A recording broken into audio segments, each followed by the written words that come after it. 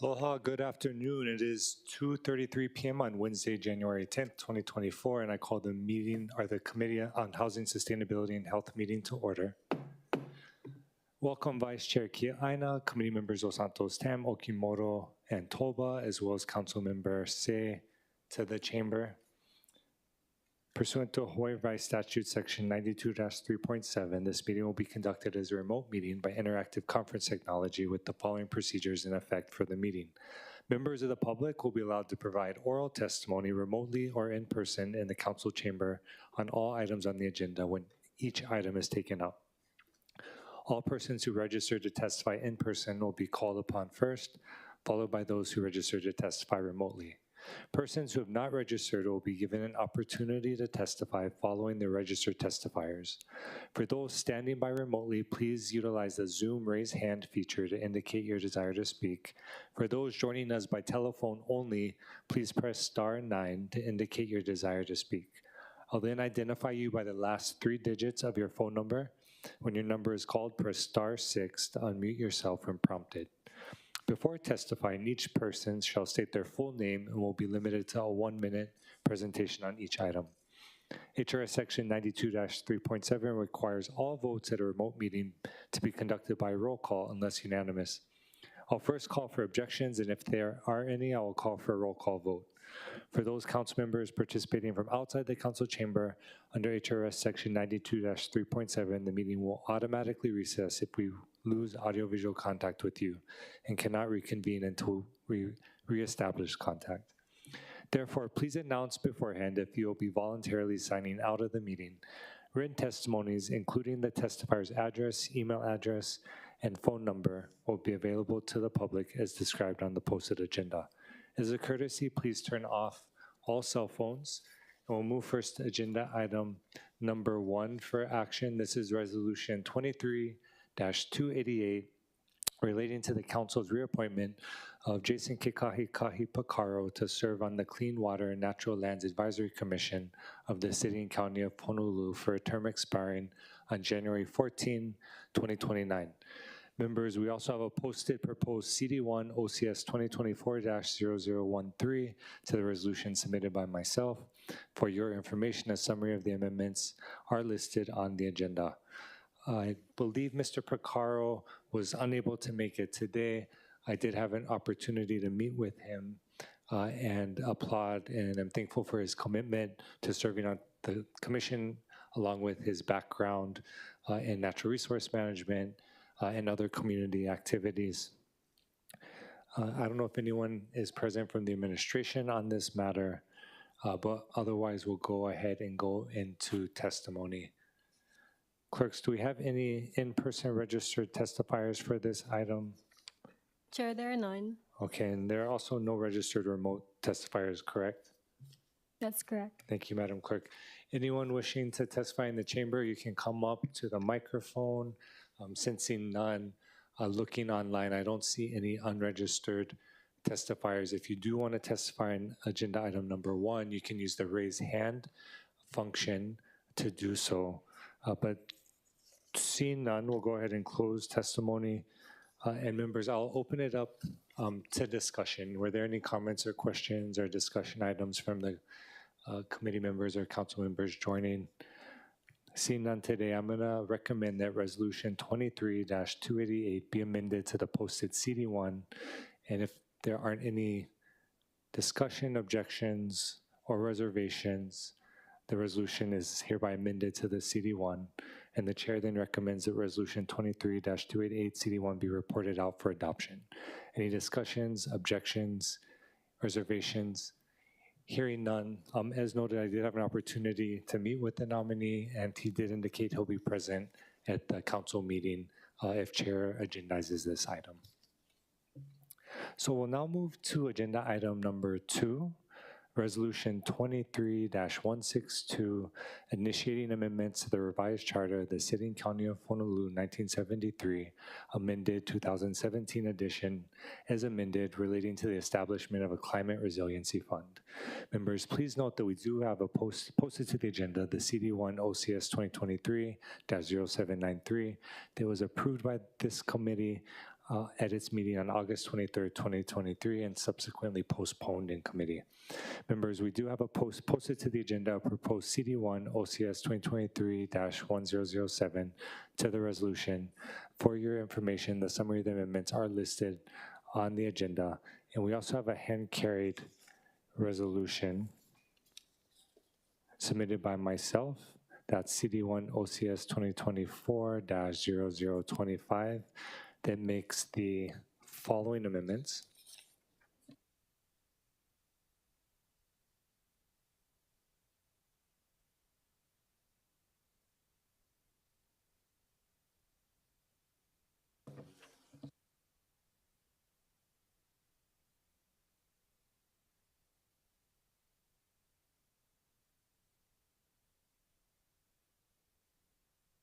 Okay, thank you, committee. I'll go ahead and read those changes. So it includes Section A, amending the resolution title to read as follows: initiating amendments to the revised charter of the City and County of Honolulu 1973, amended 2017 edition as amended relating to Climate Resiliency Fund. Section B, adding a new third whereas clause to discuss the effects of the climate crisis on Oahu's water cycles, including increasing the frequency of storms and floods and straining the city's waterways and systems. Section C, and the renumbered seventh whereas clause, number 1 in paragraph 1, adding indigenous knowledge-informed solutions to the list of resiliency projects that the Climate Resiliency Fund could support. And 2, adding a new paragraph 2 to provide that the Climate Resiliency Fund could also support the mitigation of the effects of climate change on the city's waterways, streams, drainage ways, channels, and water systems. Renumbers the subsequent paragraph. Section D and the renumbered eighth whereas clause clarifies that real property tax revenues may be appropriated to support the creation of a climate resiliency fund without having to simultaneously increase real property tax rates to fund the appropriation, which would demonstrate the city's commitment to safeguarding its residents, economy, and natural environment against climate change impacts for future generations. Section E, in the renumbered 10th whereas clause, provides that the establishment of a climate resiliency fund funded by 0.5% of the city's estimated annual real property tax revenues, similar to the appropriations for the Clean Water and Natural Land Funds and Affordable Housing Fund, will support initiatives and projects aimed at mitigating the impacts of climate change, enhancing the resilience of the city's infrastructure and communities, and promoting sustainable practices. Section F, adding a new 11th whereas clause, provide since the funding for the Climate Resiliency Fund would be appropriated in each fiscal year's budget and capital program, most of the monies deposited into the Climate Resiliency Fund would be used toward capital improvement projects. In Section G, noting in Section 1 of the Be It Resolved clause, amends the question to be placed on the 2024 general election ballot to read in its entirety as follows: Shall the revised city charter be amended to require that the city council appropriate, without having to simultaneously increase real property tax rates to fund the appropriation, 0.5% of the city's estimated real property tax revenue in each fiscal year's budget and capital program to be deposited into a climate resiliency fund, the purpose of which is to support initiatives and projects aimed at mitigating the impacts of climate change, enhancing the resilience of the city's infrastructure and communities, and promoting sustainable practices. Section H, reading in Section 2 of the Be It Resolved clause, amends Charter Section 9-204 as follows. In Section 9-204.4, subsection B, adds indigenous knowledge-informed solutions to the list of resilience-enhancing investments that may be funded by the Climate Resiliency Fund.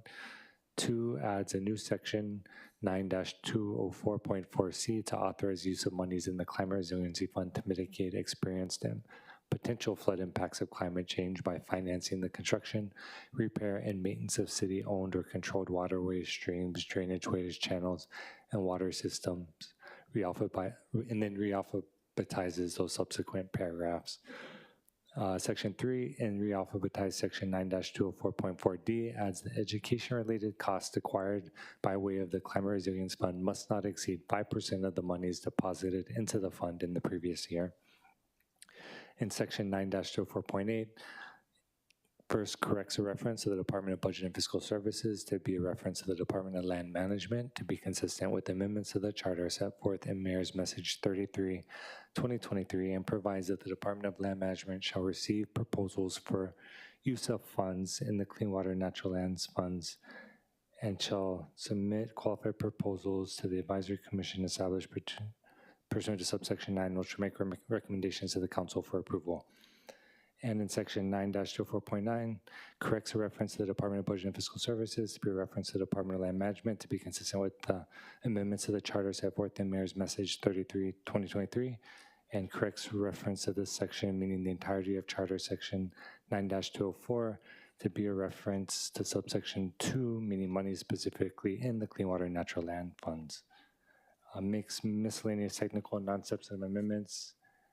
I don't see anyone from Department of Budget and Fiscal Services present. Oh, my apologies, Director, behind the podium.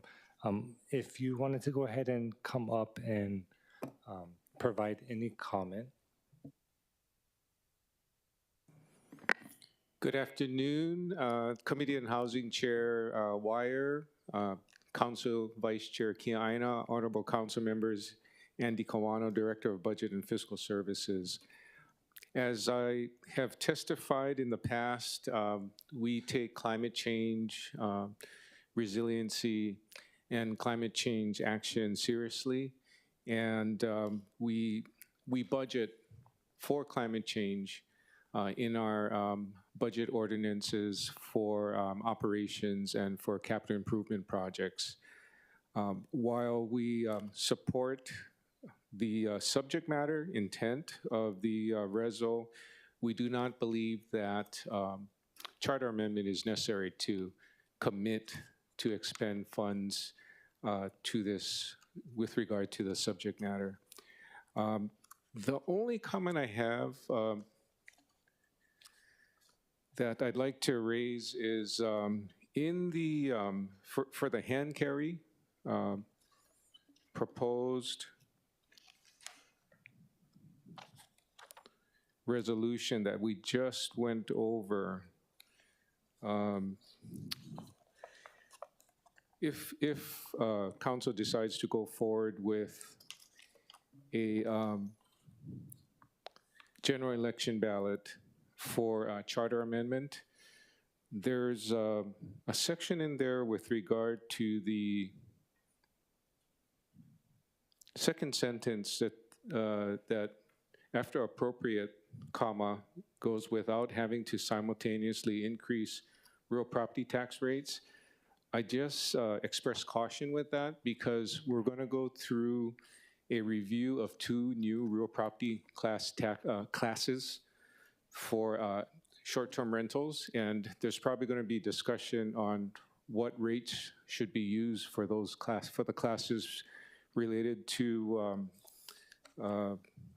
TVUs specifically, and bed and breakfast again. So just want to make sure that council members are aware of that because there could be changes in rates as we go through the budget process this coming session. Understand. That's all I have. I'll be here for questions. Okay, appreciate that, Director. Were there any questions for Director Kawano on this item? Okay, seeing none. Appreciate you being here today. We'll go ahead and go to testimony.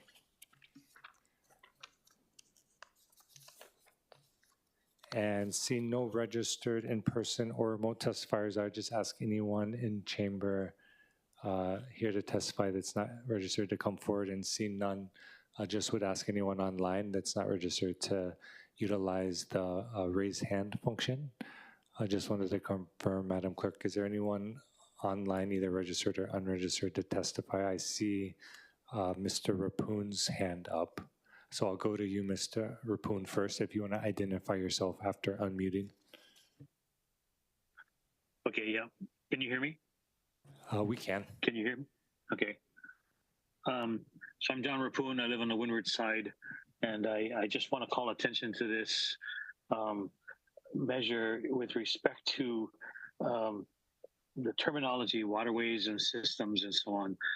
I would hope that those would include wetlands. We have lost around the Kaneohe Bay area alone. We've known this for at least a couple of decades. We've lost something like 85 to 90% of the wetlands around the Kaneohe Bay area alone. And that's a very serious concern because those wetlands are a really critical buffer for nearshore waters, for the bay, for any anywhere on this island.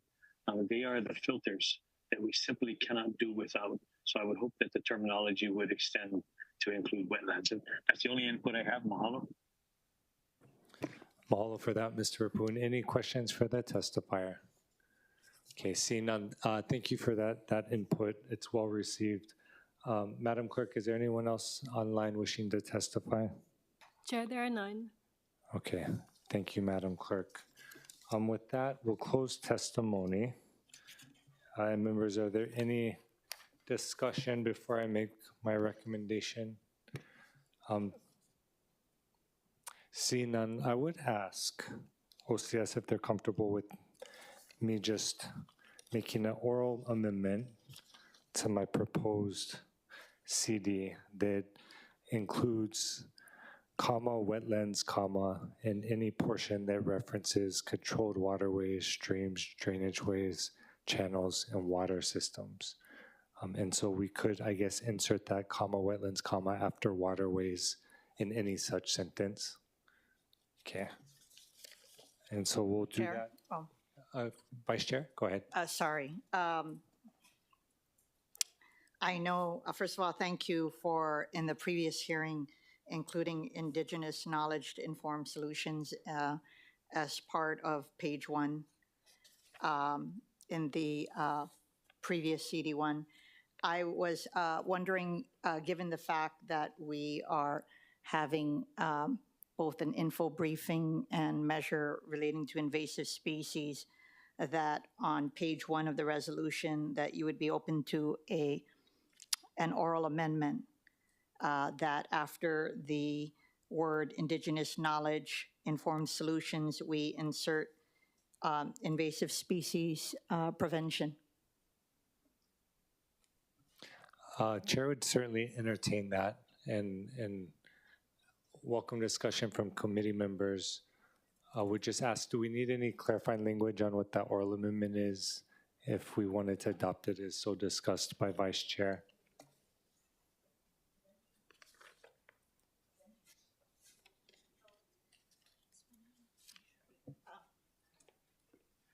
Chair, if we could just say invasive species prevention and control. Okay, and that would be both in the whereas and be it resolved clause portions that reference Indigenous-based. That is correct. Okay. Okay. And so that would be included in the oral amendments as well. Any additional discussion? Okay, sensing none, the Chair is going to recommend that Resolution 23-162 be amended to the hand-carried CD1, OCS 2024-0025 with the additional oral amendments as discussed in committee. Any discussion, objections, or reservations? Reservations from Councilmember Okimoto. The resolution is therefore amended, and the Chair then recommends that Resolution 23-162 CD1 be reported out for passage on third reading. Any discussion, objections, or reservations? Okay, noting the reservations of Councilmember Okimoto, no objections. The resolution is passed out, so ordered. Okay, and then that brings us to agenda item number 3. Resolution 23-308, recognizing that the counties of Hawaii have an important role in invasive species control efforts and urge the city administration to collaboratively advance those efforts in the city and county of Honolulu. I believe we have Ms. Roxanne Adams from the Urban Forestry Administration, or the Urban Forestry Administrator rather. If you wanted to go ahead and come up and identify yourself and provide any feedback that you maybe had on the resolution or your thoughts on the matter. Aloha, thank you, Chair and Council members. My name is Roxanne Adams. I'm the Administrator for the Department of Parks and Recreation Division of Urban Forestry. I just wanted to let the Council know that Urban Forestry has plans to combat invasive species with the trees and plants that we are responsible for. We also work in education as well, educating both communities through community outreach as well as through our Botanic Garden system. If anybody has any questions on how we're intending to manage our invasive species, we welcome those questions. Mahalo for that. Vice Chair Kiaina. Thank you, Chair. Well, first of all, thank you so much for coming today. And I also note that we have officials from the city's Office of Economic Revitalization and the Office of Climate Change, Sustainability, and Resiliency. To me, the reason, of course, for this resolution is so that the city could have a holistic approach to invasive species prevention and control. And so I don't specifically have any question on what you are doing, but I do have on, since this agenda item is on the resolution, does the administration support this resolution? And if you look at what the measure does, it requests a city report on various items, including the selection of a lead agency for the city's efforts on invasive species, including collaboration with federal, state, local, and non-governmental entities. What's your mana'o? Did the managing director's office talk to all of you to figure out what the coordinated approach on invasive species management will be? Not directly with me, but I can't answer for my director at this time. Okay. But can I ask your mana'o, though? And I'm actually interested to hear what OER or the Climate Change Office thinks, but do you believe the Department of Parks and Rec should be the lead agency? I think we should definitely be a partner, but maybe not necessarily the lead agency. Oh, okay, and this, one more question. Are you familiar, and first of all, thank you for all the good work that you guys are already doing at the parks with regard to invasive species. But as you know, we are trying to strengthen the collaborative efforts with other governmental entities. And on the State Department of Land and Natural Resources website, you're probably aware that the Hawaii Invasive Species Council and the Coordinated Group on Alien Pest Species Outreach Working Group had prepared a one-pager, and my staff is going to take that one-pager to you. It's on best management practices for invasive species prevention, and it provides guidelines on how government officials and contractors and vendors who are conducting projects, in this case, it could be on city properties, of course, can better implement these practices to help in invasive species control measures. Are you familiar with this best management practices one-pager? Yes, I am, and we use these same best management practices throughout the Division of Urban Forestry and the Department of Parks and Recreation. So you guys have your own one-pager, or do you just implement this? We implement it, but we also have resources available, and we have a management plan that lists how we've dealt with the different invasive species in our responsible areas. Okay, that's terrific. So you believe that the administration will be able, within 180 days, to provide a report to the City Council on all of these efforts, correct? I can definitely speak for the Department of Parks and Recreation Division of Urban Forestry that we will have a report prepared in 180 days. I do have an outline available if you would like to review it on those things that we will be included in that report. Yes, I would welcome it very much. Sure. Thank you, Vice Chair. Councilor Dos Santos Tam. Thank you, and thank you, Chair, for bringing this up, and for you and Vice Chair Kiana for introducing this resolution. I note that in the resolution it mentions several species by name, but one of those that's missing is Albizia, and I know that that's been a big issue in a lot of our watershed areas. Do you envision that Albizia trees are going to be considered as part of this resolution, or is that something where we ought to deal with separately? I would hope so. Okay. Definitely on city lands. Sure. Yes, Vice I Chair. would be open to an oral amendment to include it at the appropriate location. Yeah. I asked Councilmember Dos Santos Sam if you have already identified the potential locations. Yeah, I think in whereas, the sixth whereas clause, maybe with the other species that are named, I think just because Albizia is such a big issue, if we could insert that in. It's the last one on the first page.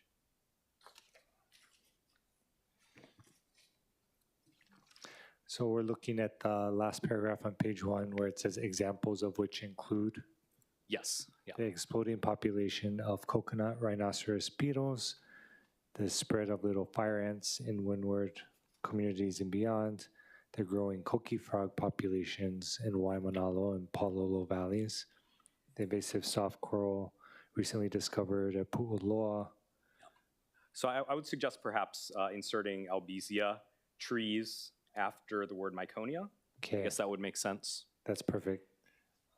So that would be the oral amendment after that paragraph, the last paragraph on page 1, after Myconia, comma, inserting Albizia trees or just Albizia? Albizia trees? I think Albizia trees. It's Okay, comma, and other invasive species. Is that sufficient for OCS? We'll double check. Okay.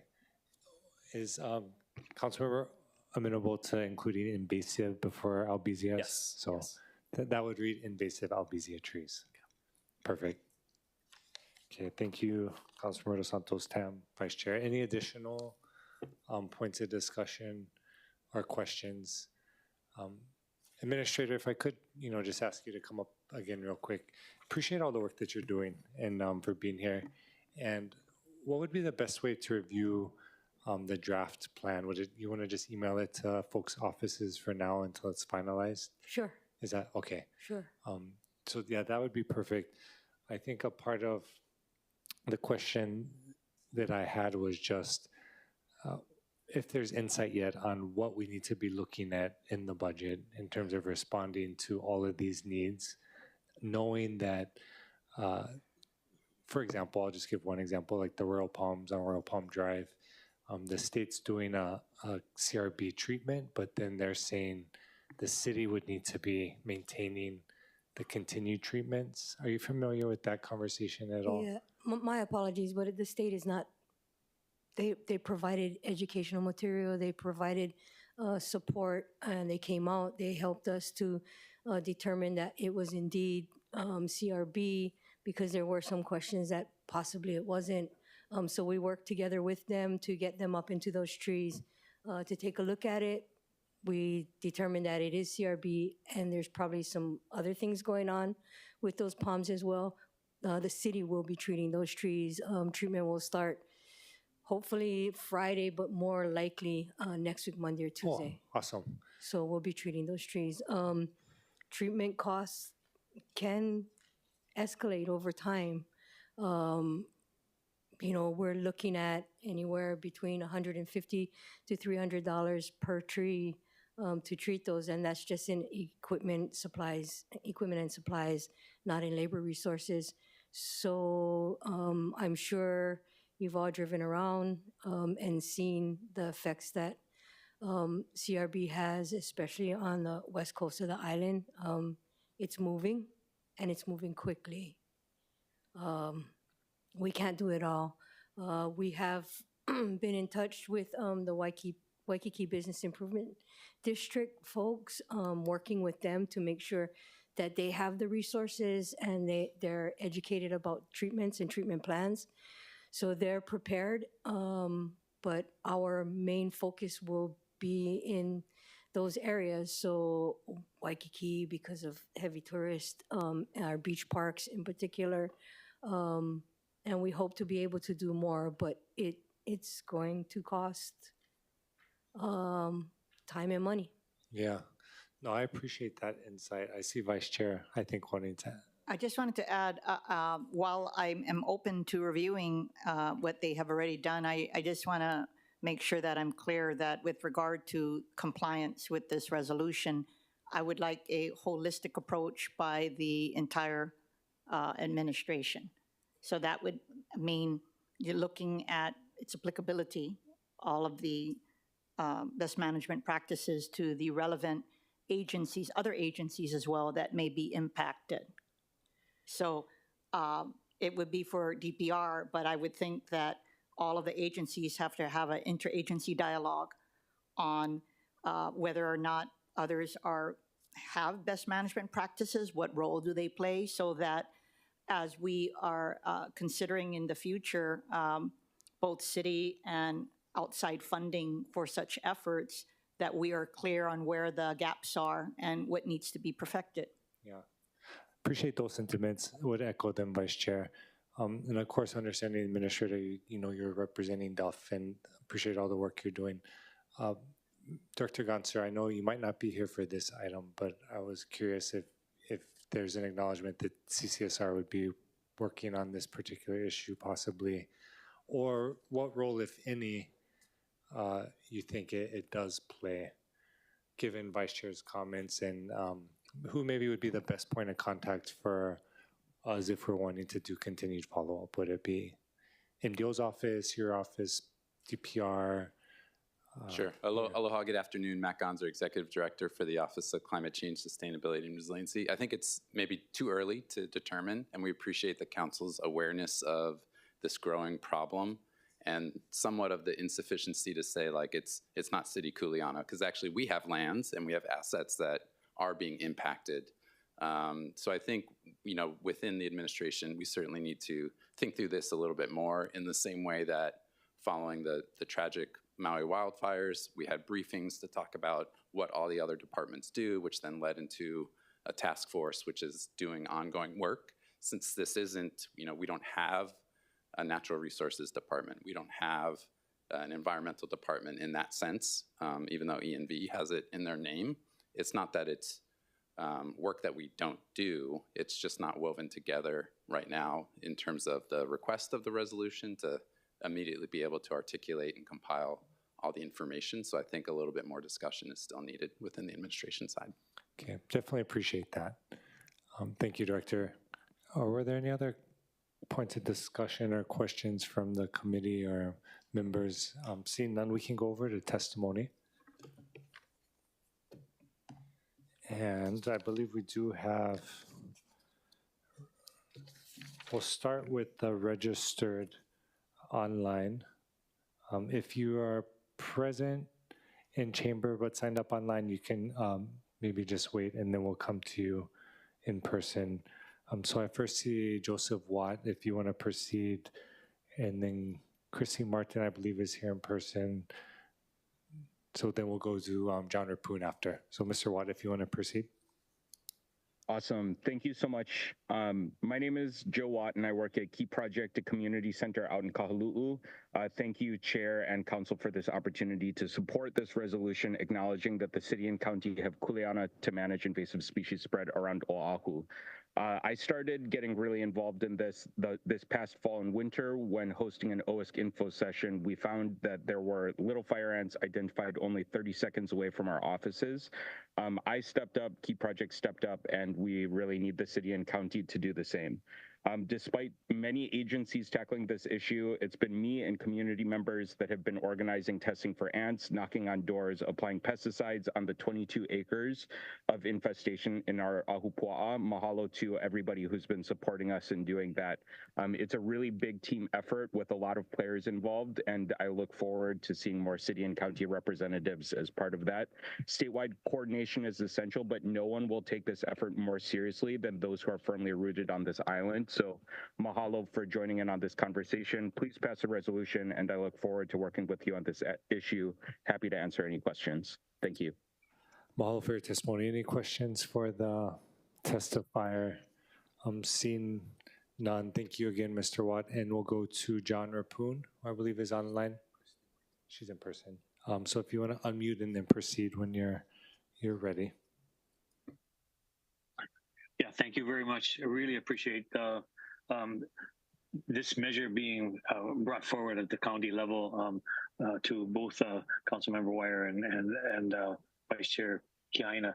It's absolutely essential that we deal with this on a county basis, on an Oahu basis. You have my testimony, but I just want to reemphasize that. Every island is different. We have to step up and do our part. And so, I particularly appreciate the notion of some kind of a coordinating czar, so to speak, on the county level, bringing everyone, all entities and agencies and funders and so on together and quickly. A task force is one thing. I think a crisis response team is what's really called for.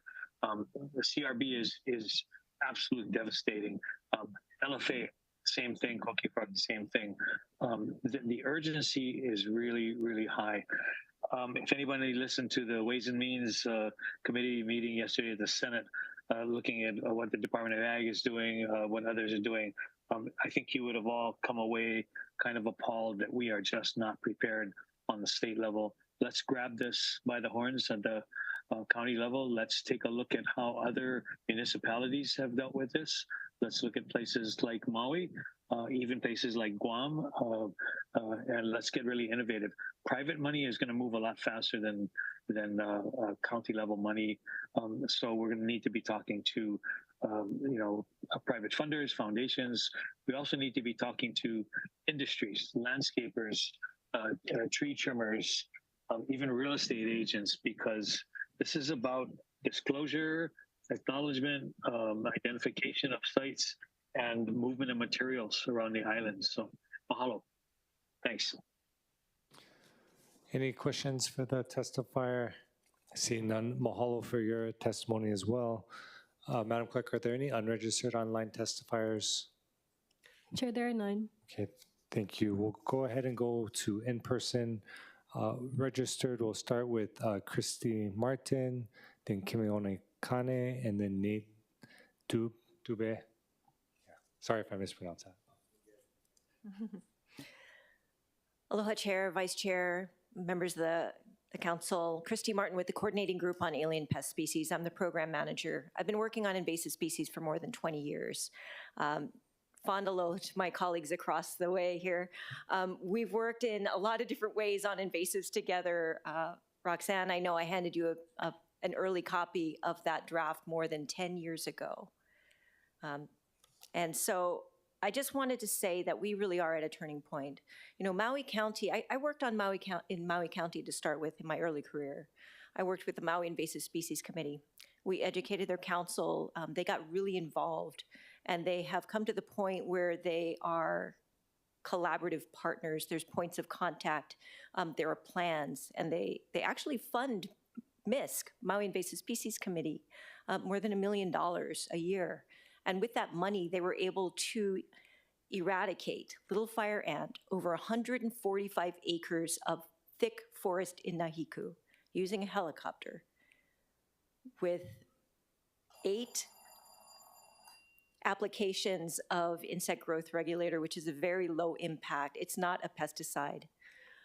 And we can do that here if we had some sustained support, and we look forward to exploring the ways where we might be able to work closer with the county to find that support. So, mahalo. Vice Chair? I'd like a follow-up question, just given your expertise and COCOA actually in helping to draft this resolution. Could you, since you know all of the players, the various levels, both government and non-governmental, and you kind of know the various departments, do you have any specific recommendations given your background with the Maui Invasive Species Committee that the administration and or the city council could help with regard to the Oahu Invasive Species Committee? I think there's a few ways that help could be provided.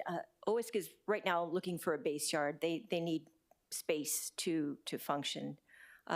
Some of the ways that Maui Invasive Species Committee has been helped has been through the Office of Economic Development, their Board of Water Supply. Now, OISC receives funding from Board of Water Supply, but not enough, and certainly nothing to cover little fire ants, some of the things that don't impact water. For Oahu, I really think that this is one of the impacts of invasive species are really going to impact our ability to reach our resiliency goals. So I'm looking directly at you, Director Ganser, because it's sustainability, it's resilience. Invasive species are what's going to stop us from enacting and meeting our plans because of all of the impacts of the various invasive species that we're looking at. Thank you. I did want to just make a comment for my colleagues that I have been meeting with stakeholders regarding a base yard. And while I am aware that the state has primary kuleana, I do believe that we should be collectively looking at innovative ways of helping. And to that end, I had a site visit with the Honolulu Police Department, Department of Parks and Rec field team, as well as members from the Kahaluu community. And we went to Kahaluu Regional Park, which is a city park, to see whether some land there could be used for the base yard. And in discussions with Director Thielen, she, of course, would like to work collaboratively first with the Department of Agriculture and the Department of Land and Natural Resources to make sure that we look at available state lands that might be available since you have more lands. And for myself, I would still like to consider Kahaluu Regional Park, at least in the interim, but I'm hoping that when Department of Agriculture speaks later today, that we could get a commitment from them to look at that, because that is a low-hanging fruit that we might be able to contribute with regard to the issue. So just thank you so much. Appreciate that. Any other questions for the testifier with that? Mahalo for your testimony. We have Kime Ona, if you want to identify yourself and proceed. Aloha nui kako, I'm Kimiona Kane, Chair, Waimanalo Neighborhood Board. Here in two capacities, both as a chair as well as a individual from our community impacted directly by these invasive species. I think I'm here in support. The neighborhood board stands ready to support the council member and the council here in the city and county of Honolulu in whatever way we can in the community to work with partner agencies and just different community members to rid our community of these pests. We have a very strong agricultural presence in Waimanalo, and so our agriculture community is really suffering by many of these insects and stuff. So we urged Councilmember Kiaina at the height of our frustration some months back, recognizing that the city and county was pretty void of relationship to any of these aspects that we're dealing with and living with in our community. And so we're very fortunate that our council member heard that, and that many of you council members have within your own communities the same struggles. And so this is not something that invasive species chose only to impact one place. This is something that invasive species choose no boundary, right? They have gone beyond the vast Pacific Ocean to be here. And so we have a big problem that involves all of us. As an individual, these invasive species and the rates in which they are taking over spaces will hinder our ability to connect to cultural resource. And that's something that I take very, very strongly about. We will lose our ability to connect to place, which results in our inability to connect to critical pieces of our identity. And I think that's something that the county, along with our state, along with everybody that calls Hawaii home and visits, has a kuleana tu malama. And so here to answer any questions, but strongly support this. So mahalo nui. Thank you. Any questions for Chair Kane? Seeing none, thank you for your testimony. Next, we have Nate. Aloha mai kako. My name is Nate Doobie. I'm the manager for the Oahu Invasive Species Committee. First and foremost, I want to thank the council chair and the vice chair for the opportunity not only to testify, but to really bolster a partnership with the city and county in regards to invasive species management. There are many ways that we can expand our response. I look forward to entering into a more robust relationship. OISC has been dealing with some of the worst invaders in the world on Oahu since 2001, including little fire ant and Myconia, the newly recognized fungal pathogens that cause rapid ohia death, just to name a few. And invasive species pose threats to our economy, our agriculture, the tourism industry, climate resilience, food security. It's a massive undertaking, and it's much too large to focus on with just one agency. So we really rely on a multi-agency response, and we rely on our partners, both in the private sector and the public sector across a number of governmental agencies. So I'm happy to answer any questions. I provided written testimony as well. Feel free to refer to that, and I'm here to address any questions you folks may have. Thank you, Mr. Dewey. Questions from Vice Chair? Just quick question with regard to the anticipated increase in staffing and your current status with the base yard. So the Department of Land and Natural Resources, specifically DOFA, the Department of Forestry and Wildlife, has been housing OISC at one of their base yards for over a decade. However, with this increased funding, specifically funding that we're getting from the Department of Defense, those REPI funds, we're able to expand our capacity significantly to deal with these threats, most specifically little fire ant and coqui frog. In order to do that and to build that personnel capacity, though, we definitely need more base yard space. We have outgrown our footprint, and we are grateful to the DLNR and to DOFA for housing us and continuing to house us. But we definitely need more space, and I want to thank Councilmember Kiaina for starting those discussions and helping us explore some options. Thank you. Any other questions? I would ask, could you maybe just dive a little bit more into when you talk about impacts on resiliency and also food security? Just some examples and kind of laying that out for us to better understand and grasp. Absolutely. Agricultural growers are going to be devastated if little fire ant takes hold. Little fire ant will reduce, there's no question about it, they will reduce agricultural yields. Not only does their painful sting prevent a lot of work from going on out in the agricultural fields, these insects are also known to harbor other insect pests that can harm our crops here. So in terms of food resiliency, focusing on little fire ant as it continues to expand while we're at a tipping point is crucial right now. In terms of climate resiliency, we have drought predicted for a lot of this island, a lot of the state. We have a number of species that proliferate in wildfire areas that are going to have their ranges expand because of drought conditions. We also have Myconia, which is specifically listed in the resolution, which promotes excessive flooding and runoff and directs water away from our aquifer. So if Myconia is allowed to take over our forest in conjunction with rapid ohia death and the fungal pathogens that threaten our ohia forests, Myconia is one of the most likely candidates to replace ohia. When you get Myconia starting to overtake an ecosystem like we have on Oahu, it can be the dominant species and prevent most other species from growing, so you don't get that multi-layered forest that you really need for good aquifer recharge. Excuse me. And also in promoting the excess runoff and flooding. We're also predicted with climate change to see more intense rain events when they do occur. So if you get a really intense rain event in a Myconia-dominated forest, you're going to see massive landslides. You're going to see excess sedimentation into our natural streams. And with all that sedimentation, carrying non-point source pollutants out to our nearshore areas and threatening some of our nearshore species as well. So it really is a massive threat to our way of life on Oahu across a number of species in a number of different ways. I hope that answered your question, but please let me know if that didn't. No, I appreciate that. That was very helpful and insightful. Any additional questions from the committee since none? Councilmember Say.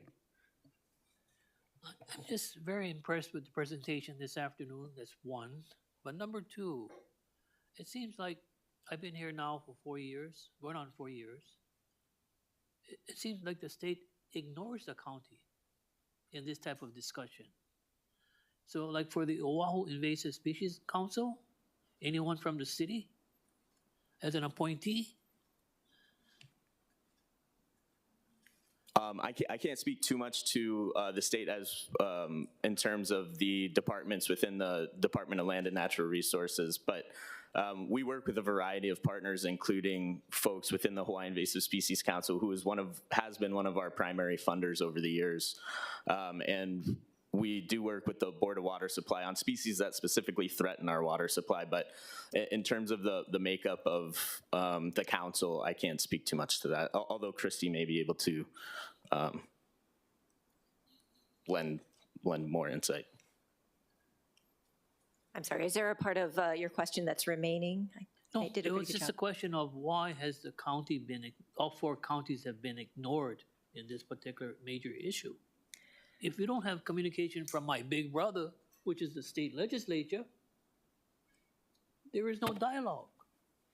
And if there's no dialogue, there is no answer to the problems that we're talking about. So one request from for the 4 of you who are here, guarantee they say they're gonna pass that tax on the tourist industry, right? Can we get a portion of that for the 4 counties to help do this kind of program? I'm just trying to find sources of revenues on behalf of the program that you folks are trying to execute. That is the concern I have. This 1.5% of the real property tax isn't going to do it when we have 2 other programs that we'd like to fund also. But I can understand what you folks are going through, and that's why I brought this question up, because whoever is the leadership of the House and Senate has a committee on environmental protection. They should at least have the courtesy of inviting council members to testify on measures that affect their counties. If you want me to do it, I can do it, but my point this afternoon is that I don't get the invitation of the public hearings. Any thoughts? This young man from Honolulu, thank you very much for coming to the Pololo Neighborhood Board. I see Sister Sharon back there and my other friends. So you guys all have my support. It's just that when you look at the budget, the pie chart of the budget of the state, agriculture gets less than 1%. And if this is a priority, how do you want to do it, Chair, as telling the legislature, hey, increase the pot for the Department of Ag, the Department of Land and Natural Resources? I would love to help. But if we don't have the resources, that's what I'm saying. So the next question I had was, simply put, the departments, maybe Director Hurd could share that, but is it contracted out to a third party to do the eradication? Do we have companies out there or nonprofits that do the work that what you folks did in regards to the spray of the fire ants? I can share that. Yeah. Yeah. So the situation we have right now is that the state agency doesn't get enough. You've said that they get less than 1%, Department of Agriculture. They're the ones with the authorities. They get actually less than 0.5%. And that's to fund both agricultural support, so growing the food and water and land and all of that. And a tiny portion of that is for invasive species. So when we come and ask for some assistance, it's because there's a big gap and the department can't fill it. Regarding who is doing the work, yes. Well, you're looking at the gap-filling organizations. So we know where the agencies work. They're trying to work on preventing movement into the state and around the state, between the islands. And so how do we protect our island? That is exactly why the invasive species committees formed in the first place. And they formed as grassroots organizations. Okay. People stepping up from each agency saying, you know what, we have this, we have a truck. Well, we have spray equipment. And honestly, we borrowed crew to start. And eventually, these groups got better at getting grants. And so all of these groups are grant funded. And we have cobbled together a gap-filling response. But what you're looking at are groups that are actually doing the eradications of little fire ant at people's homes. We were able to do it in Senator De La Cruz's district. 18 properties full of little fire ant all the way up to the top of the tree. And it just took a year, 8 applications of that growth regulator I talked about, and some diligent work. And it's because these grant-funded organizations are doing this work that we're able to be where we are now. What we're asking is some kukua to be able to continue to do that and maybe to do it better, because we've worked all of the partners we can. Department of Ag is tapped. They get cut every year. And so we're coming because we're about to lose it. And we need some help. Oh, thank you very much, because at least you've educated the members of the council.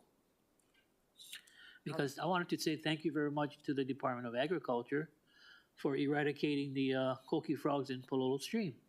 You know, it's all over.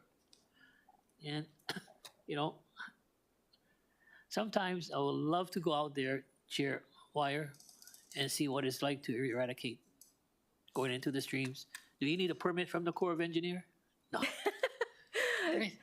If I might. Stream cleaning, you got to get a permit. With your permission, we had a call, actually, strangely enough, a call that came in. We are just at a strategic planning workshop for coqui frogs, little fire ant, and coconut rhinoceros beetle for more strategic action. So we left here to come here. Thank you. At that meeting, we had a call from someone from your district, because I live in Palolo. You're like my council member, so right on. But we had a call reporting a coqui frog in Palolo, so hotline, here you are. Thank you. Ms. Martin, that's the beauty of it, because, yeah, for me, I still remember the first time when coqui frog was brought up to the attention of the legislature.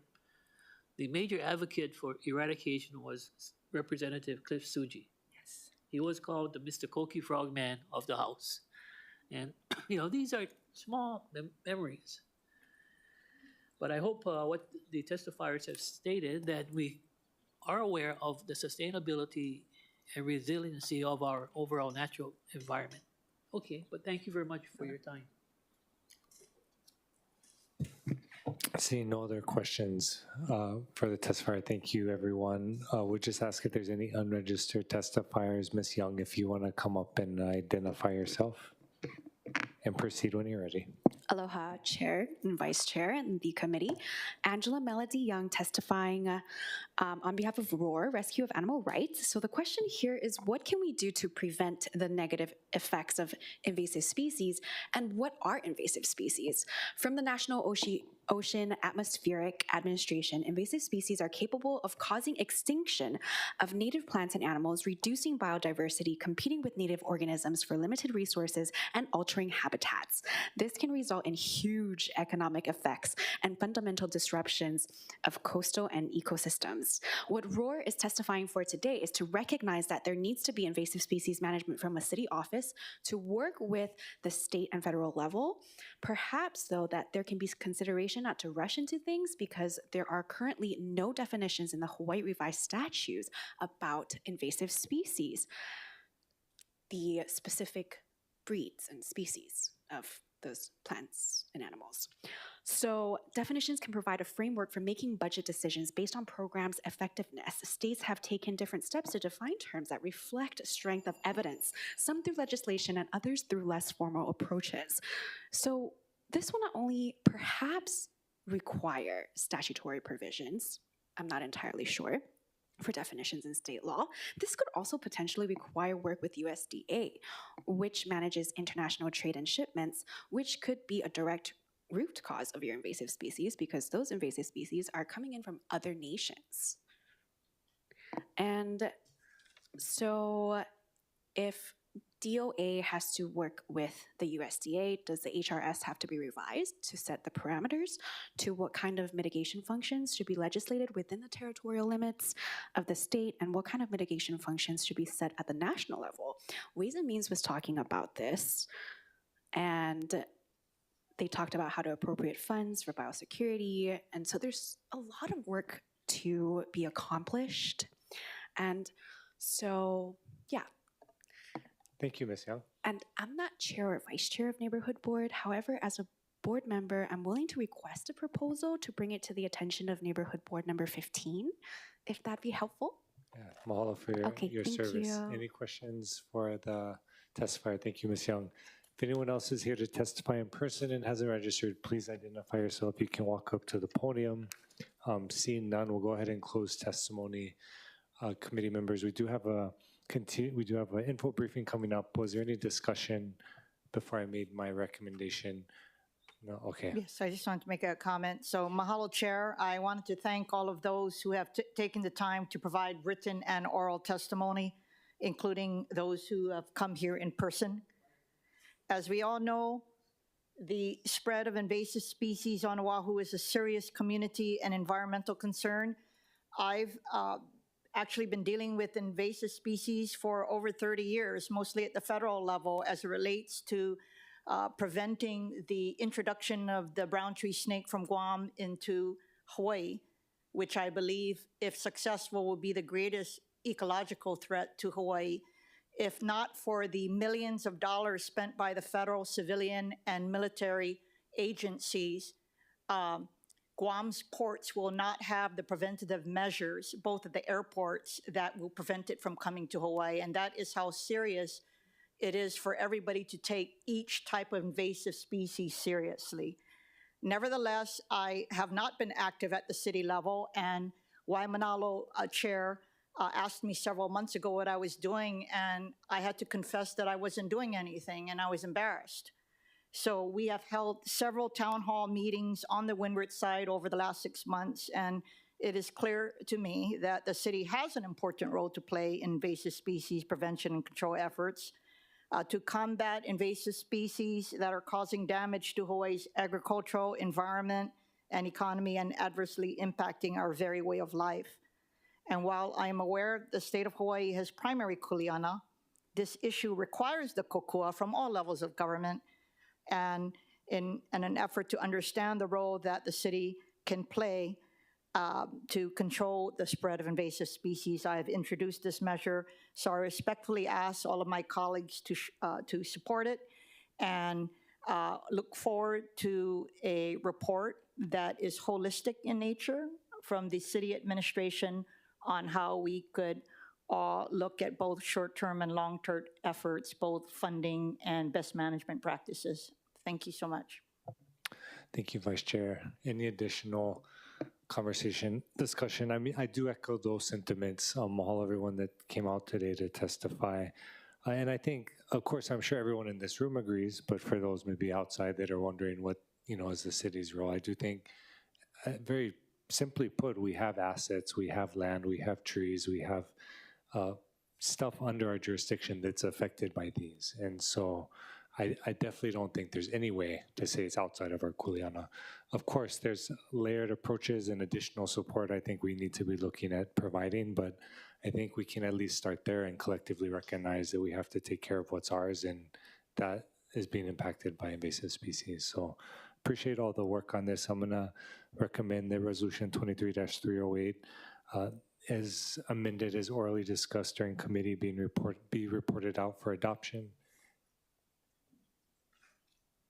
Oh, first I'll be moving to amend it, the resolution 23-308 to a CD1 as discussed. Any objections or reservations or discussion on that? Sensing none, so amended, and further move that resolution 23-308 CD1 be passed out for or reported out for adoption. Any discussion, objections, or reservations? Hearing none, so ordered.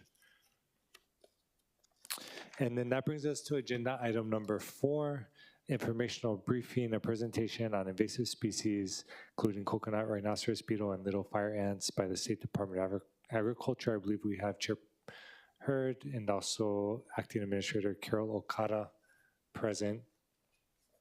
And as they get that set up, this is the last item on our agenda.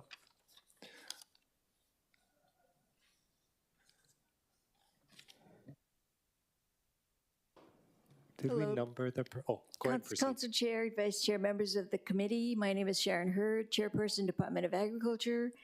Thank you very much for giving us some time here to participate in the informational briefing. We have prepared a slide. Hopefully it'll take the 12 minutes that were allotted. Thank you. Yes, so the 3 invasives we're addressing here today are the ones that have impacted Oahu pretty severely of late.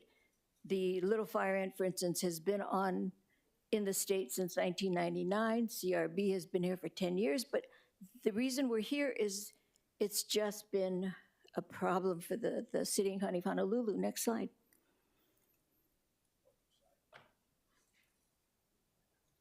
Okay, so regarding CRB, the city and county urban forestry has confirmed that they will be treating Royal Palm Drive next week, weather permitting.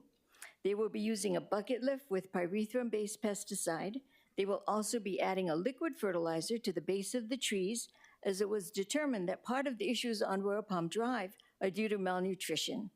Our team is welcome to join and observe, and we will be there with proper PPE.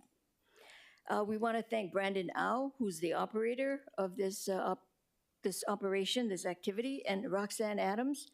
She's with the Urban Properties. The reason I mention their name is because we should be able to meet and greet each other more than just on the, for invasive species. We want to do more. We want to meet more city and county employees that tackle invasives as well as other issues. And we thank you for this opportunity to make that statement.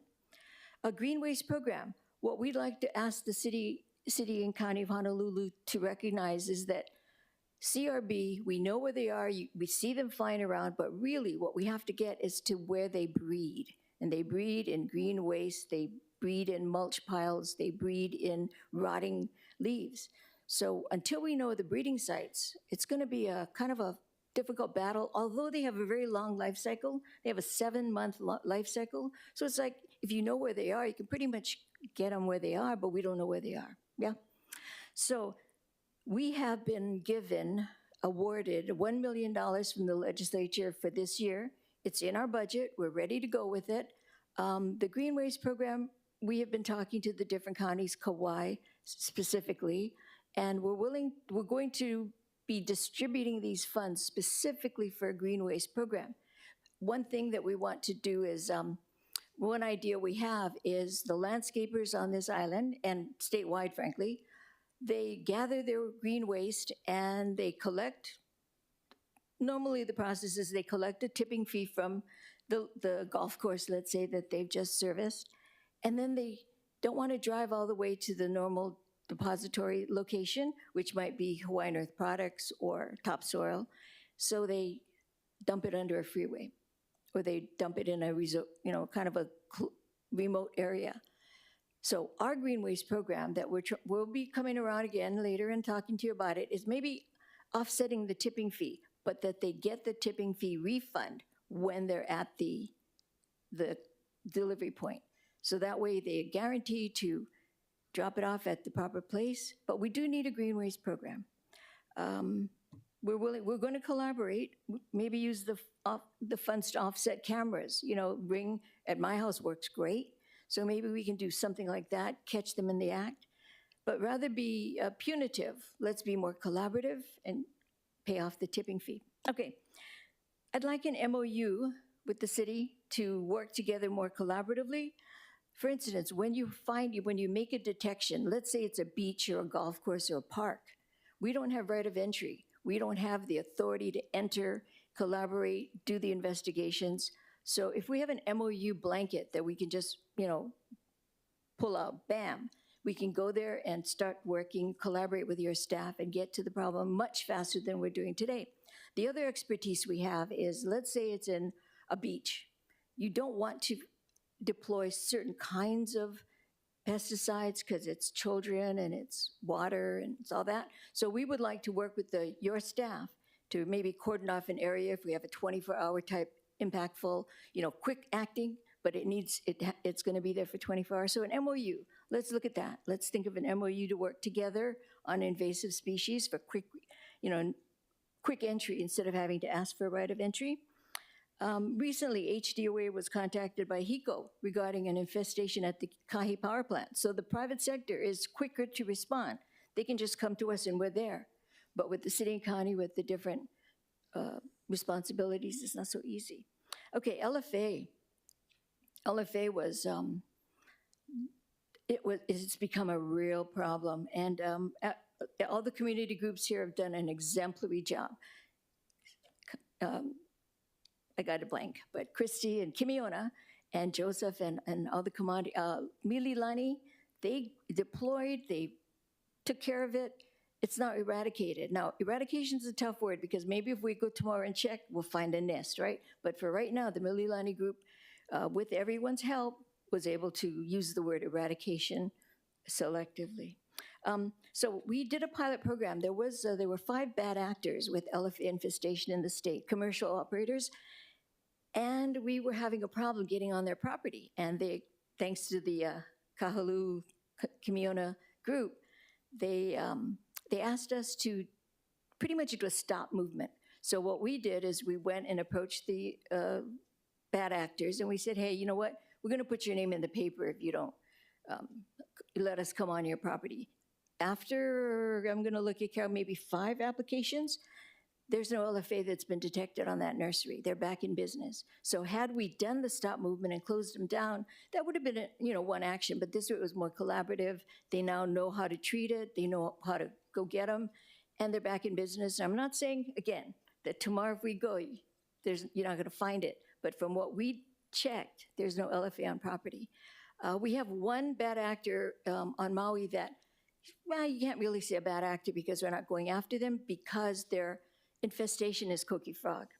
And coqui frog doesn't have the same health and safety, making your dogs blind and things like that. So we're going after them. We're going to suppress their movement. We're going to help them eradicate coqui frog or suppress at least. And the reason we do this so deliberately is we're using these treatments as a pilot. So we can say, hey, it's $20 per tree. If you got a tree, and we've already done our pilot program, how many acres do you have? You have a 5-acre infestation, we're gonna need X number of chemicals, X number of staff, X number of days. So it's like a pilot program setting up to Speaker Say's point, the budget. We need to know how much it's gonna cost us to fight this. So the Hawaii Ant Lab chronicles detections. We need them. They tell us where they are so we can go get them. Coqui frog, when in the forested areas, we have to ask DLNR for permission to go. Coqui frog loves, the wet areas. I'm going to tell you an anecdotal story that some of the phone calls we've all had with Hawaii County at night, you go, hey, what's the matter? I don't hear the coqui frog in the background. And they say, oh yeah, funny thing. Ever since the feral chickens came, the coqui frogs seem to have gone away. So anecdotally, maybe if the feral chickens come in, they can be a suppressant, they can be a treatment as well. Okay, I'm gonna say it again. We need to work together. Carol and her team are the contact. Beach, park, golf courses. Tracy Kubota has been a dream to work with. We need to meet your other city and county team that are a dream to work with. We just haven't had the opportunity to work with them. Everybody knows Alewife Golf Course is the busiest golf course in the state. It's beautiful. It's in crisis right now. All the coconut trees don't have a top. So, we need access. The next slide. Okay, the next slide is that every farm and ranch in this state has an invasive, every one of them. What it is, the degree, that's to be detected. However, the dream is for a farmer to wake up in the morning and say, you know what, today I don't have to fight invasives because they're gone. With partnerships in the Department of Agriculture, education treatments, I don't have any more invasives. That way they can focus on growing food. We have to double our food production. They can focus on 12 months out of the year, 24/7. What other state can do that? Huh? Guy hockey, right? Best weather on the planet. So we need to create that atmosphere for our farmers and ranchers because they fight invasives every day. You know, it's a wonder they have time to grow food. Okay, so the ask that we have of the legislature now is to convert 46 of our plant quarantine positions off of the cargo special fund over to general fund. That's going to free up $4.5 million from our cargo fee to spend on drones, chemicals, staff, education. We need that. Okay, that's our big ask. It's $4.5 million, including the 64% fringe. Operations can focus on food production 24/7. Urban and rural areas will be better served. Anecdotally, cargo arrivals have quadrupled, mostly on Oahu. Our staff has decreased. Okay, and I get a little flippant when I say, how many Amazon packages are you receiving today? You know, those packages need to be inspected too. We need more staff. Got to insert a little bit of a plug for the fact that we're focusing on Maui. A lot of our attention will be on Maui with all the incoming construction material, bricks, cars, equipment, vehicles. LFA, snakes. I mean, every invasive can occupy every pathway, and we need more people to check those pathways. Bricks. How can you make sure LFA is not embedded on bricks? You have to check it. Okay, so the next slide. Next slide is the other way we're going to fight invasives, and we need the county's help, is import replacement. Please promote the Buy Local campaign. It's a call to action to all consumers. Look at your shopping cart. This is not local. Take it out. Replace it with something local. Just if everybody did just one item in their cart, we'd make a dent in this.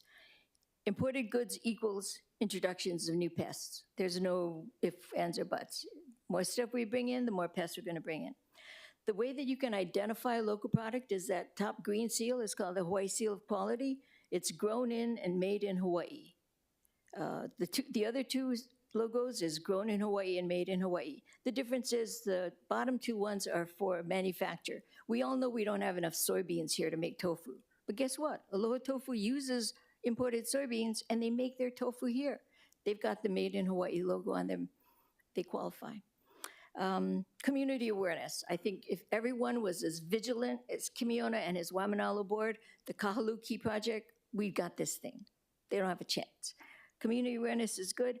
The last thing I want to add on this particular presentation is take advantage of the amnesty program that we have. I don't know if it's well known, but if you turn in an iguana to us, it's still living in our facility. We don't kill it. We make sure it's happy and fed and safe. We had a power outage the other day, and guess what? The first concern was, hey, we've got to take care of those iguanas, make sure they're warm. So turn it in. We don't kill. Well, if it's a marsupial or a rodent, they're going to die because we have to check for rabies, and the way to do it is you got to check their brain, right? So hello, but turn. And the reason is, as Christy Martin presented the other day, there is a wild outbreak of algae in the ocean that's killing the coral. How did that get here? One way is people dumping their aquarium stuff into the ocean when they're done with it. And those tiny, tiny algae flourish. And so please, amnesty, bring all your stuff, give it to us. Okay, my last thing is way above my pay level, and I hope I'm not overreaching here, but there is no cabinet level position for agriculture at the city and county, right? Nobody's advocating for agriculture at the cabinet level. I did talk to Sam Moku. I said, you know, maybe it's time. Agriculture for Oahu, it's not as big as Hawaii Island, certainly not as big as, the other districts, but you got invasives here now. You got a big basil production here. You've got Larry Jeffs. Oahu needs somebody on agriculture. Not Oahu, the city and county. And I think I just lost Speaker Say, but. And that's it. Ready for, Carol, do you have something? Okay. Mahalo, Chair. I think Vice Chair had questions and Councilmember Dos Santos. We'll go to Councilmember Dos Santos Tam first. Well, thank you for this very informative presentation. You know, my district is fairly urban. We, of course, have the Kola Mountains behind us. But something you said earlier, which was really interesting, is making sure that our landscape contractors are educated and then know what to look out for and also know how to dispose of their cuttings and other things. What kind of resources do you have available for them? I know I have about maybe 30 or so landscape contractors in Kalihi who I'm sure would really benefit from some kind of familiarity with CRB, LFA, et cetera. The resources we offer would be education and outreach, and we do have chemicals, equipment that they could use if they so chose. Usually on the private sector side, though, we try not to get too involved. We'll educate them. But now with this $1 million that was given to the department, we can help them with green waste tipping fees. Carol, anything else? On the Big Island, we've had a number of invasive species problems for over decades or so. And so what we had done is work with the counties with the mayor's office to develop loan sprayer programs, subsidy for chemicals, but we operate it with the county. So it is dependent on whether or not Honolulu County is wanting to work with us on those kind of matters. That would be really important. So we usually have a dialogue. I think actually this is the only county that we don't have an ongoing dialogue with on invasive species. I appreciate that. Any follow-up, Councilmember? Did you, Vice Chair? And then we'll go to Councilmember Okimoto. Okay, Chairperson, with regard to your comment about a cabinet level position, you don't mean a Department of Agriculture, you just mean a cabinet level lead for the city. Correct. Okay. You did have Po Yung Lai as your agriculture liaison? Yes, because it's going to be really difficult. We don't have a Department of Housing, as you know, and that's something we're... Oh, my goodness. Yeah, so... I should be more educated. So with regard, as you know, Office of Economic Vitalization and Office of Climate Change actually fall under the mayor's office. So the only department potentially would be the Department of Parks and Recreation. And hopefully after that report comes back in 180 days, maybe we could have food for thought, because we have the Department of Land Management, we have Department of Environmental Services. You talk about green waste, right? There's a lot of city departments who have touches. So I just wanted to clarify that. My second question relates to a base yard for the Oahu Invasive Species Committee. I don't know if your staff have been able to update you, but I thought that I found an ideal location at the Kahaluu Regional Park, and that's city property. And in my discussions with Director Thielen, I am well aware that you guys have more land, and the state, Department of Land and Natural Resources and Department of Agriculture. So my question to you is, can you provide land for the Oahu Invasive Species Committee or the Department of Land and Natural Resources? Of course, I can check further, but the mandate is for any lands that we have are dedicated to agricultural food production. Right now, I think our biggest challenge is with the cat sanctuary. They have been very vocal about wanting land for the cat sanctuary in every island. DLNR has been very open to that suggestion, because DLNR has lands in the rural areas that are suited for a cat sanctuary. The Department of Agriculture, when that testimony came up, every year it comes up, our testimony has been consistent that that is not our mandate. We do not have lands for other than ag production. Okay, so do you think that Department of Land and Natural Resources would be better suited to identify lands? Actually, I can't speak for them, but the invasive species and all the ISCs are actually placed under DLNR. Oh, so that would be a more appropriate. No, I don't know if that's true. There is the Oahu Invasive Species Committee, and maybe Christy Martin can clarify. But Okay, I just wanted to flag it for you because I'm deeply concerned because they're going to be increasing their staff shortly. Yeah, A lack of availability of a place to work out is not helping any of us with regard to them treating the infestations at hand. You make a great point, Esther Key, and I representative or councilperson, sorry.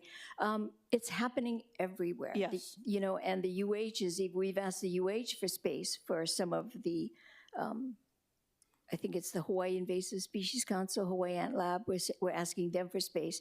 They don't have space either. They're looking, and the problem with that is the Komohana Research Facility that always has so much space is under repair right now. So, Okay, just your put in point's a well good word for me with the DLNR chair and the DPR director for the city. Thank you so much. Councilmember Okimoro. Thank you, Chair. Aloha, Chairperson Hurd. I had a couple of questions. One was to follow up on something you mentioned because there was a big concern in my district backyard area, maybe 8 to 10 years ago, and then a few years ago I actually went back again with the live fire ants. So I know at some point prior to my being in elected office, there was an eradication. You mentioned that word, and I think that the concern was, I guess, not eliminated, but taken care of. And then a few years ago, I actually went out because they were surveying again, so I got to see that there were certain areas where they spotted it again. I wanted to know what causes that so we can educate our constituents, because there was one part of the neighborhood that I actually went on and we put testers out, and I saw that they're so tiny that you can't find it, but they get into your home and affect your pets and your children's vision. But what can we do to, I'm trying to figure out what happened to bring it back, and is it something that we can do to inform our communities so that they can be aware of it, or are we doing things that are causing the live fire ants or any of these invasive species to come back? Yeah, that's the reason why we hesitate using the word eradication, because my good friend Carol here, coworker, says, Sharon, when I ask the same question, why don't we use eradication? She says, because they're ants, they got legs, they go everywhere. So unless you're vigilant, community awareness, constant oversight, and one of the other representatives at the Capitol said, is it like cockroaches? I said, actually it is. Eventually we're going to be at the point where it's like, it's an invasive, but we kind of live with it because we have to be vigilant. If everybody that saw a cockroach in their house just let it go, they would be infested eventually. So that's the kind of reaction that we would have to do as a community. And eradication, maybe for a month, in your case, maybe longer, but they're ants. They'll come back. They come back. And it's not a huge concern unless we're informed of, I guess, more voluminous reports of it hurting people. They're causing people to have to get care. Is that what happens? Because if they're there, is it just we don't worry about it until we get reports? In fact, coconut rhinoceros beetle, the current treatments that we have, we're like, oh yeah, we're going to go get them, right? If we can find where they live, we're going to get them. They have learned to burrow 6 feet underground. And we're putting together the experts that have had to deal with this problem, Guam, all of it from the Pacific, and we're going to meet and hear how far they've evolved. And okay, if you go 6 feet under, how are you dealing with that? So the ants, maybe they went 6 feet under. We have to do our research and testing and go follow where they went. Thank you. And my second question was kind of along the same, tagging onto where Chair Kia'aina was mentioning. My ears kind of perked up when you also said that there's nothing at the city level. And I understand that we have to work with different resources and we have limitations here with the number of departments that the administration can or can't create. But what would be your choice in having more communication? You said that right now you're communicating with the other counties, but not so much with ours. So what would it look like so that we can be more aware and be able to work with you guys more? For instance, if I wanted to contact somebody on Hawaii Island with regard to agriculture, Glenn Sacco, Douglas Adams, Silva, Tracy Silva, I think is her name.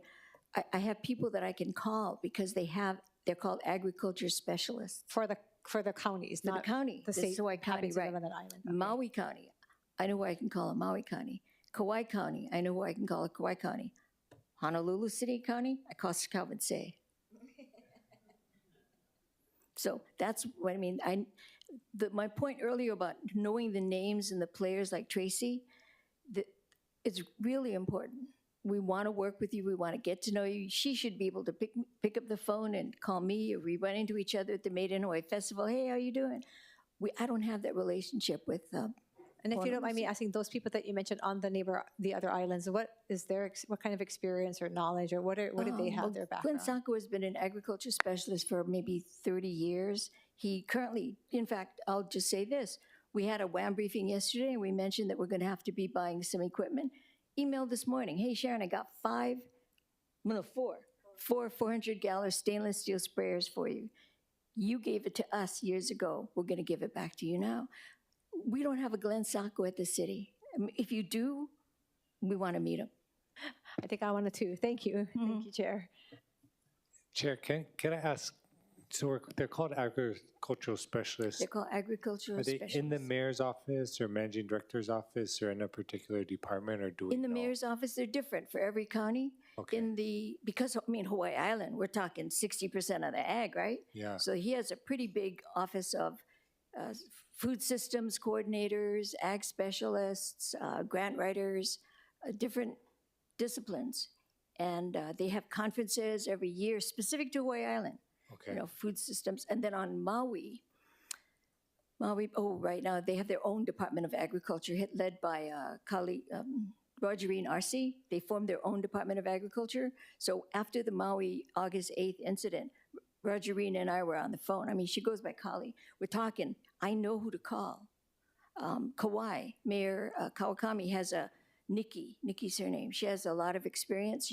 She is called his ag specialist, somebody that's assigned at the county level for ag. Appreciate that. Any additional questions from the committee? We do need to take testimony, but appreciate the presentation, Chair, Administrator.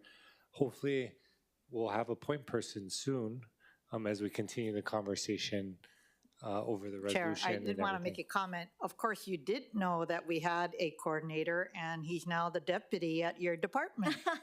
Correct. Okay? I was hoping you wouldn't bring it up. I was hoping you wouldn't bring that up. Yeah, well, I have to. I want to make sure you know we did have one, and we look forward to you helping to identify someone to replace him at the city. Oh, okay. Deal. Mahalo. Thanks. And I think stuff like the MOU provides tangible steps that we can be working on as a city to speed up the processes. So thank you for that. Do we have any registered or unregistered testifiers online, Madam Clerk? Chair, we have Joseph Watt. Go ahead and proceed, Mr. Watt. And then if anyone else wishes to testify, you can use the raise hand feature on the system. Hello, everybody. Thank you. I just wanted to chime in and continue the LFA discussion. I'm not super sure what the pilot suppression program at the nurseries looks like, but I'm not particularly impressed by the idea of a pilot suppression program taking the place of a stop movement for little fire ants. Every single plant that is planted in the ground with a little fire ant infestation eventually balloons into at least a year-long treatment plan, which takes, in my experience, a lot of time in organizing, and it's not something that we want to casually be putting out there. Expedited treatment puts one nursery's short-term earnings in front of public welfare. Mahalo to the chair for the recognition of the work that we've been doing at Keep Project to handle the Waihe'e eradication, and for the shout-outs to Kimiona and Kapua Cabello who are handling other areas.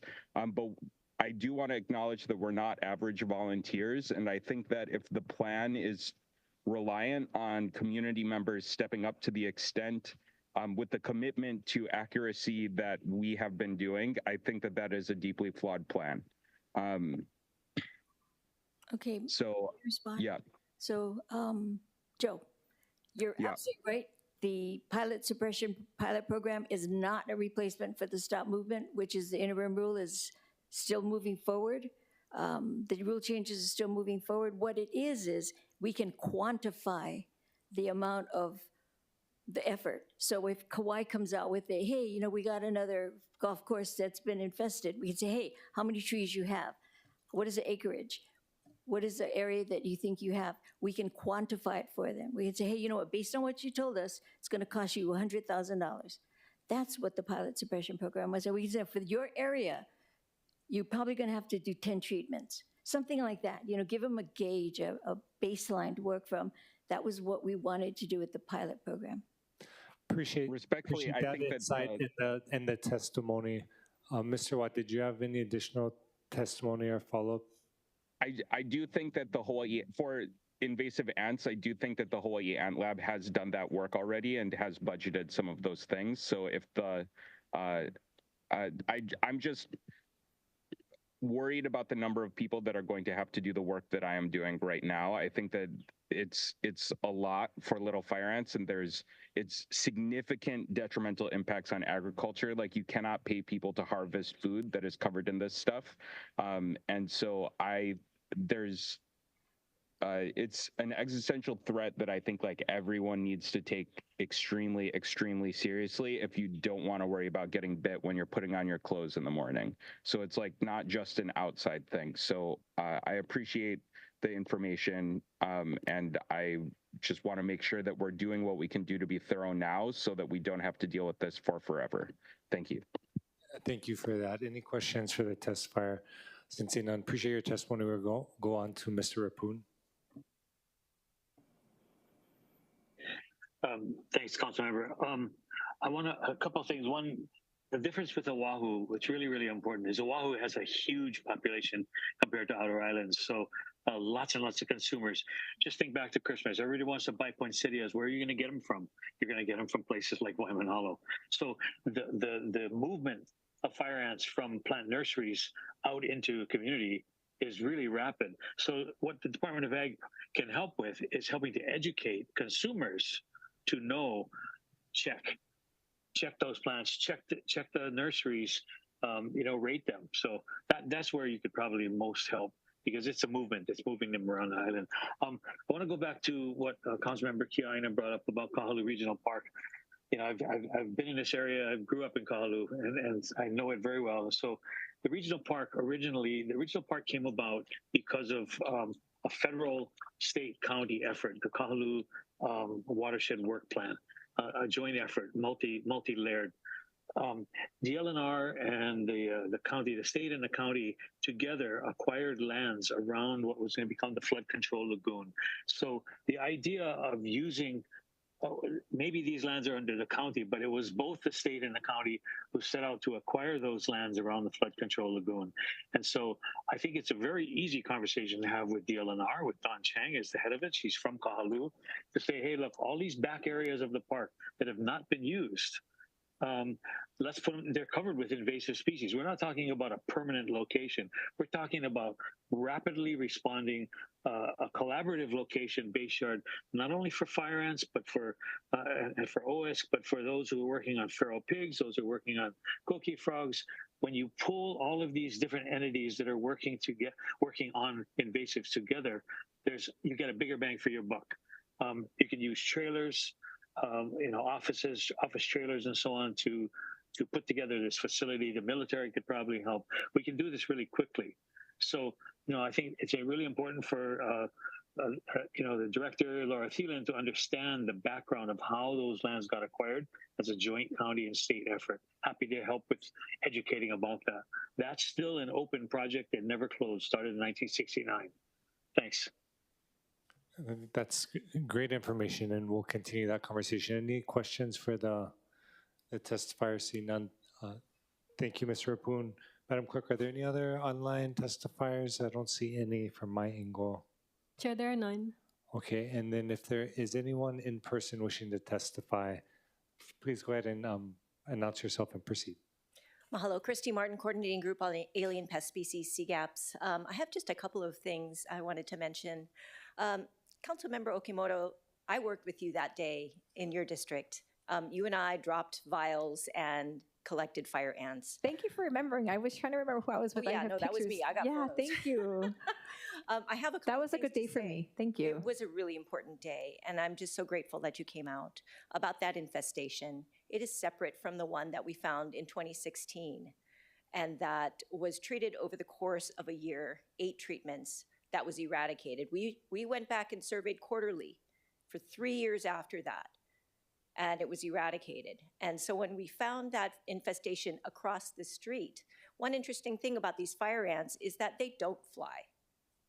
When they move, they either move in things we carry or they walk, and they don't tend to cross roads. They do not prefer that because it's out in the open and it exposes them to predators. And so we're fairly certain that infestation came from a separate thing. It probably came from a plant or something somebody brought in, and that is on its way to being eradicated, but of course it hasn't been those 3 years of survey. The other thing I wanted to just briefly mention is that Councilmember Dos Santos Tam, one of the largest infestations is actually in Papakolea, a wildland infestation that is going to be really difficult to address. So we look forward to working with you and reaching your constituents. Mahalo. Mahalo for that. Any additional questions for Ms. Martin? Seeing none, thank you. Any additional testimony? Chair Kane. Mahalo, Councilmember. Kimiona Kane, Chair Waimanalo Neighborhood Board, Waimanalo resident. I appreciate the chair's, where did she go? The chair's report. You know, we put a lot of pressure on the HDOA and we've not let off the gas. And despite the many different conversations we've had, we still don't believe or feel that we're making, you know, significant headway. While we talk about some of the success stories of some of these bad actors coming into regulation today, it still is a representation of a failed system that's not serving our community or our state. And so with that being said, I wanted to share real quickly, if I may, a video that I shared with our elected officials. I apologize. This video was shot in one of the, I don't know if you can hear it. I'll share it with Councilmember and we can distribute it. It was taken at the end of a road in Waimanalo, overlooking some of the backdrop of our mountains. And the echo of coqui frogs is unlivable. Like you just should not have to experience that. And so I think to that point, it's really important that we recognize the challenges that we do have in rural communities. And to the chair's conversation, I don't know if she meant what she meant to say about rural communities taking on the kuleana of things like feral cat sanctuaries. That's not our kuleana. Yeah, nothing feral belongs anywhere, period. And so I don't believe that it's fair for a statement to be made like that, that we as a rural community potentially should bear the burden of a feral cat situation. Lastly, I just want to close with the reality that we just had a neighborhood board Monday. Jonathan Ho presented about these updates for the HDOA. We're going to continue to keep the pressure there. And I do want to recognize to Councilmember Say, there is a clean water fund that the city manages. Uncle John Rappoon brought it up, and I'm just curious if we know where the source of that funding comes from and if that can be expanded to be inclusive of some of these things, because that is a program that has fiscally purchased property, right, land. So if that's something to be explored, I would recommend that. Mahalo. Vice Chair. Can I say something about that? I do know that of course, the Climate Resiliency Fund today, we modified that to be inclusive of invasive species. I'm not too optimistic, given our budgetary constraints, that even if it passes, it would be well funded. But I will say that with regard to the city, is it TAT? No. Clean water is for acquisition of lands.